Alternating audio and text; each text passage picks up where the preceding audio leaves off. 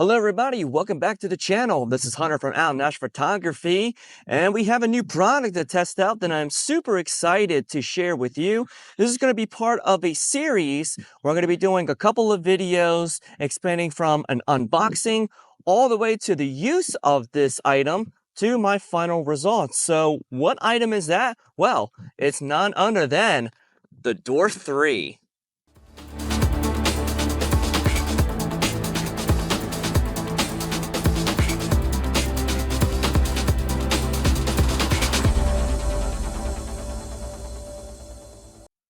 So I have a prediction that smart telescopes are going to be the next big thing here over the next couple of years, especially where they're packing so much more into these little tiny telescope devices that are just super easy to use for all user levels, from children all the way up to the elderly.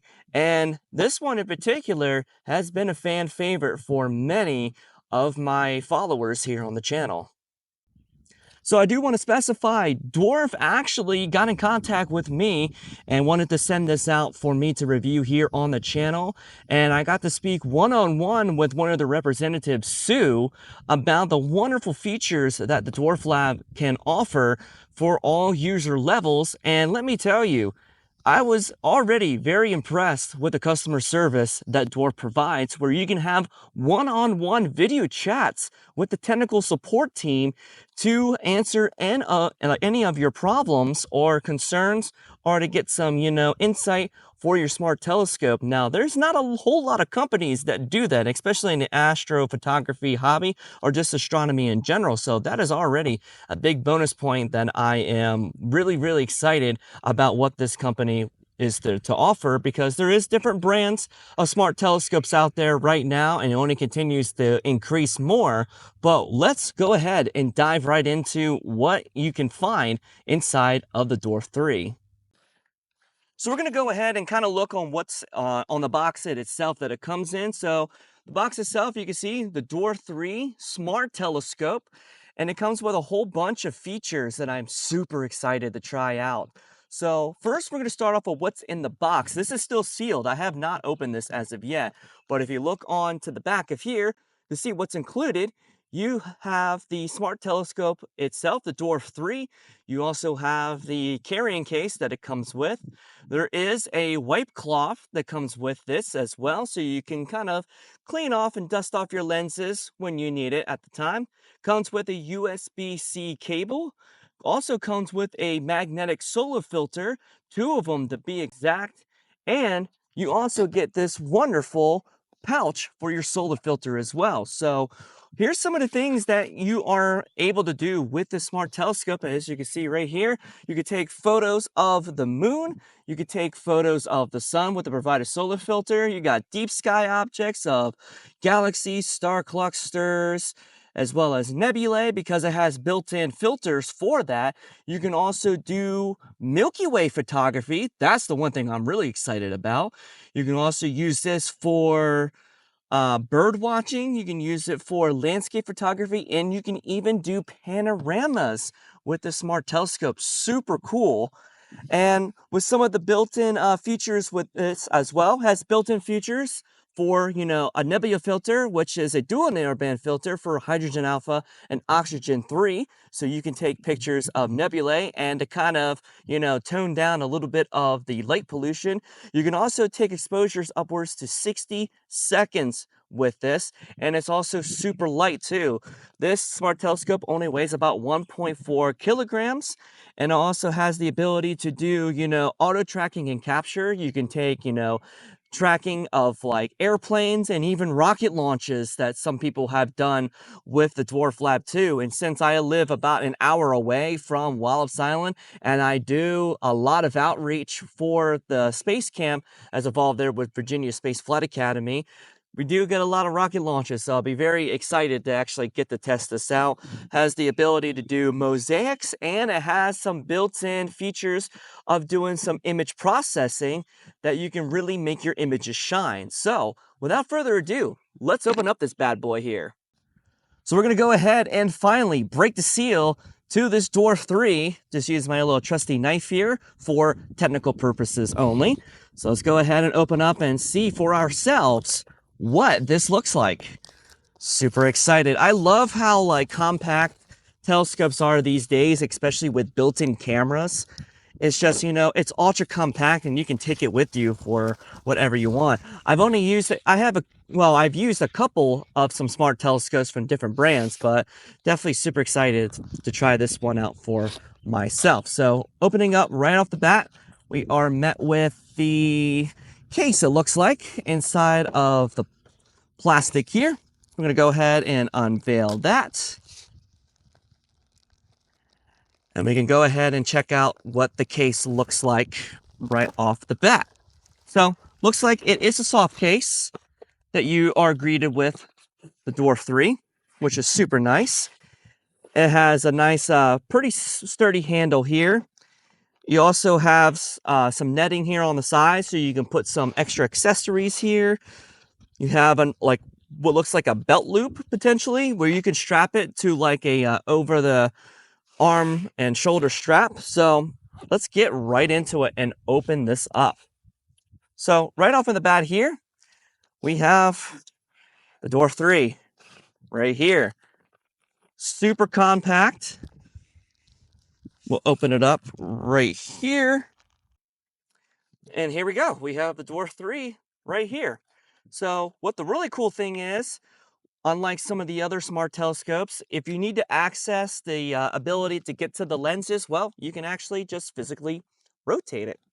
So it looks like we have two lenses here. One is a 30mm aperture, very, very fast focal length objective lens here at about 150mm. So you're getting a nice wide field of view, but there's also an ultra wide angle lens that is available too. So you can take wider views and do some terrestrial, and this is where you would take more of your Milky Way photography from. So this looks really, really cool. We got a power button over here towards the right side of the smart telescope.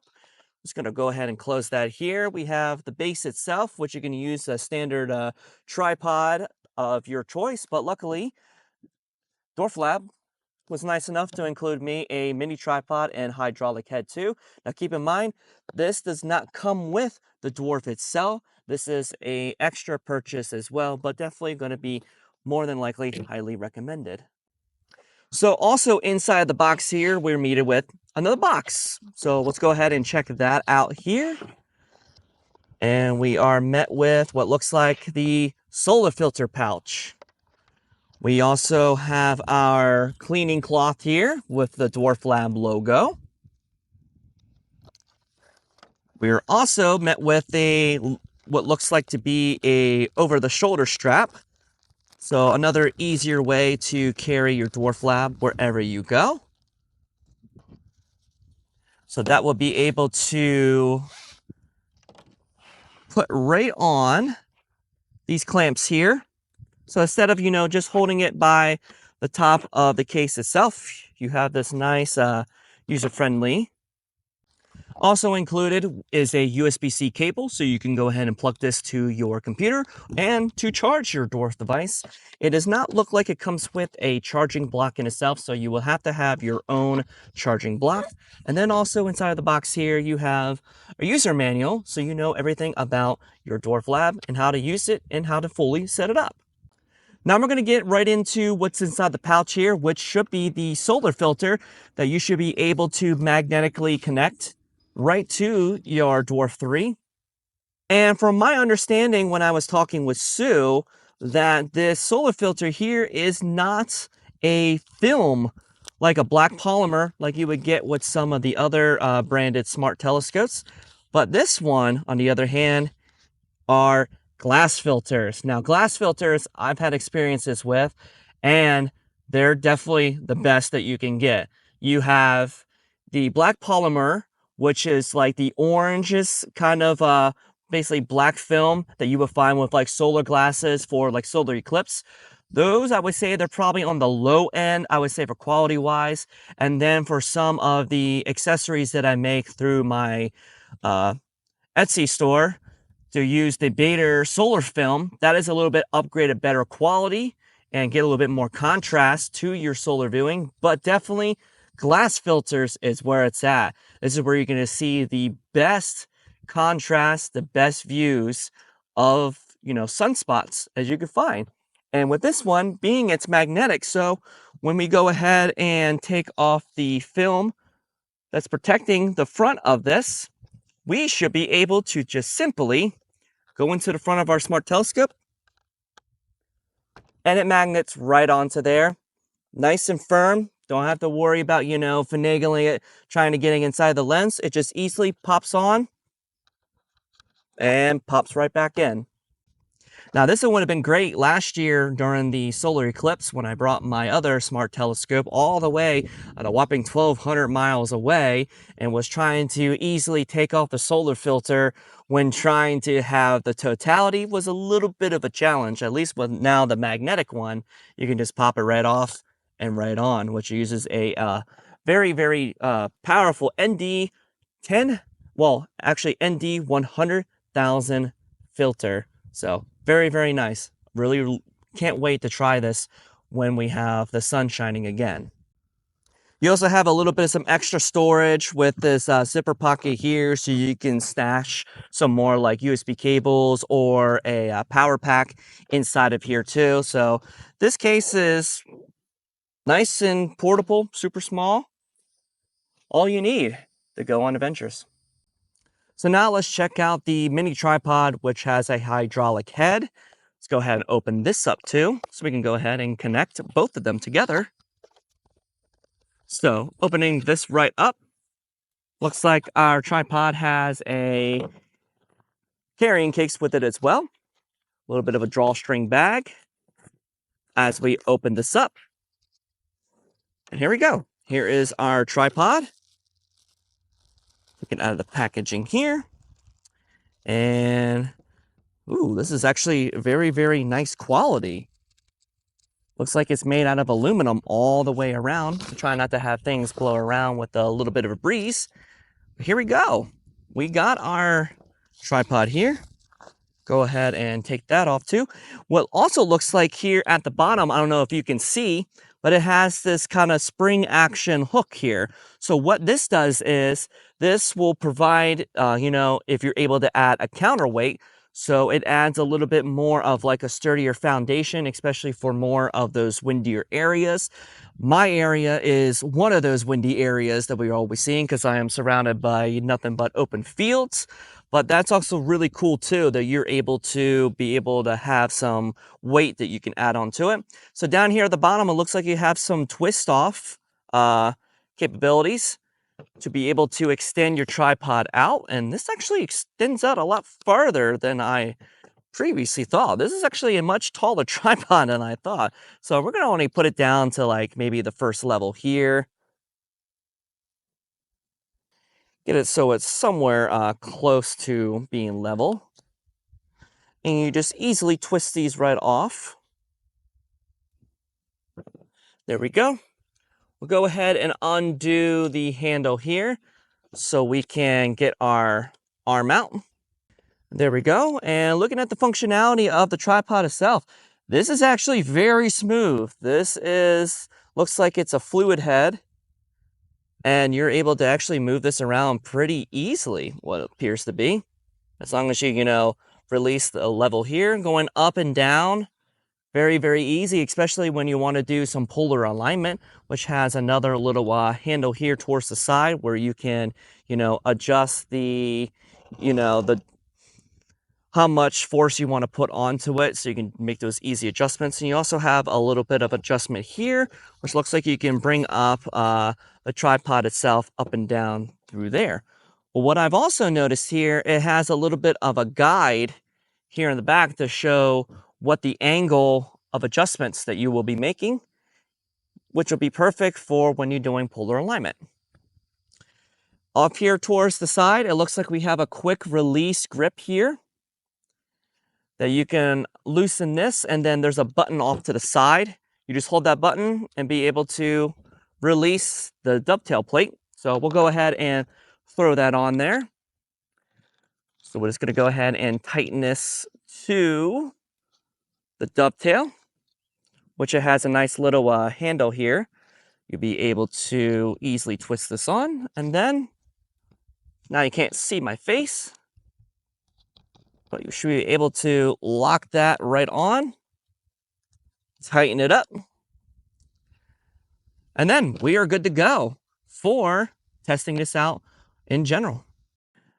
Now I wanted to get into how to connect, the Dwarf 3 to your smartphone device, whether for Android or for iOS. Now, most of the time you can either connect from Wi-Fi and Bluetooth. That's pretty common for a lot of the smart telescope devices to be able to do. But with Android, with this one, you can actually connect through NFC, which is basically, turning the NFC onto your phone and be able to go right up to your Dwarf, be able to connect it directly to that way. So super easy way of doing things as well. And then it will be able to prompt you to go ahead and download the necessary apps to get this to function. Now with the Dwarf 3, there is at least 10 different languages that are available for, within the smartphone app. So not only is there for English for me here in the United States, but also connects to people of French, Chinese, Japanese, and the list continues to go on. Now, in this next part here, we're going to be connecting directly to our Dwarflab, just to kind of get a little bit of a preview of what the Dwarflab app is all about. All right, so I went ahead and turned on the Dwarf 3, so let's go ahead and start checking out the app. I've already have it downloaded from the Google Play Store, so we're gonna go ahead and find it here, Dwarflab, and we're gonna go ahead and start to connect right to it. So we're prompted here to go ahead to connect, allow Dwarflab to connect to nearby relative position and nearby. So it's going to be checking through Wi-Fi, Bluetooth, GPS, and I need to allow, permissions to, use my location. So there we go. It's found the Dwarflab there. We're going to go ahead and connect it. So it's going to take a little bit to connect there for a second.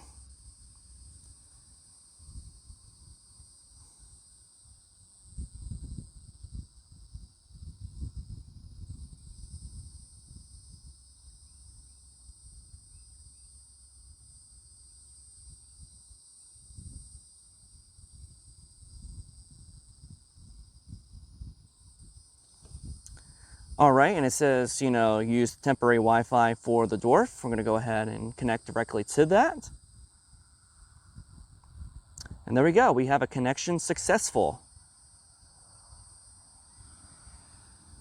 So we're going to go ahead and just connecting to the device itself. Let's try this again. As we're now connected to the Wi-Fi on this.